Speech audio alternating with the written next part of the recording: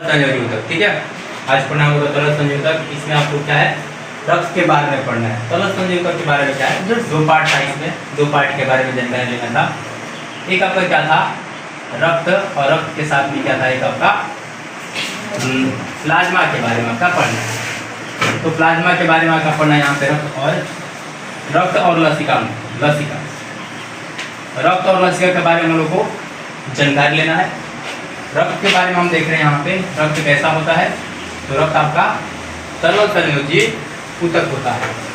अब इस रक्त में तरल संयोजी ऊतक को यहाँ पे इंग्लिश में कनेक्टिव टिश्यू बोला जाता है। कनेक्टिव टिश्यू बोलने का वजह होता है कि प्रत्येक कोशिकाओं को क्या करता है, जोड़ करके रखता है। यहाँ पे तरल के जैसा होता है, इसलिए इसको बोला जाता है तरल। और ये संयोजी है, कनेक्टिव, इसको जोड़ करके रखता है, और ये ऊतकों से इसका निर्माण होता है, इसलिए इसका नाम है तरल संयोजी ऊतक। इसका जो अध्ययन कीजिएगा, रक्त के बारे में पूरे जानकारी लेने के लिए एक वैज्ञानिक अध्ययन किया जाता है, जिसको बोला जाता है रक्त का अध्ययन, स्टडी ऑफ ब्लड, हेमाटोलॉजी, इसके बारे में बोला जाता है। अब देखिए इसके बारे में, इसके प्रकृति के बारे में देखा जाए कि रक्त का प्रकृति होता क्या है। तो रक्त का प्रकृति 7.4 यानी कि हल्का क्षारीय प्रकृति का होता है। इस क्षारीय प्रकृति के बारे में देखा जाए तो एक साइंटिस्ट का नाम आता है, जो कि पीएच स्केल दिया गया था, पीएच स्केल, और उस साइंटिस्ट का नाम है आपके सोरेनसन। सोरेनसन नाम के एक वैज्ञानिक थे, उनके द्वारा एक दिया गया था पीएच स्केल। पीएच स्केल उनके द्वारा 0 से लेकर के आपके 14 तक के मैक्सिमम दिया गया था, जिसमें आपका जो मिड बिंदु था 7 रखा गया है, और उसका पीएच मान जो होता है 7 होता है, जिसको क्या रखा गया है, उदासीन रखा गया है। अब इस उदासीन के जस्ट बाद 7.4 रक्त की स्थिति आपका क्या है, यह।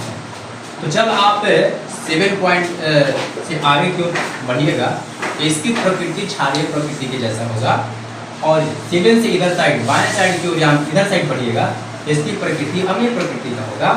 तो रक्त का जो प्रकृति हो रहा है, ये 7 से आगे की ओर जा रहा है, हल्का जा रहा है, इसलिए इसका क्या हो रहा है कि हल्का क्षारीय प्रकृति हो रहा है। अब यहाँ पर देखा जाए कि क्या रक्त का जो स्थिति होता है, मात्रा होता है, तो मनुष्य में यानी कि वयस्क मनुष्य में रक्त का जो मात्रा होता है 5.6 लीटर के आसपास होता है।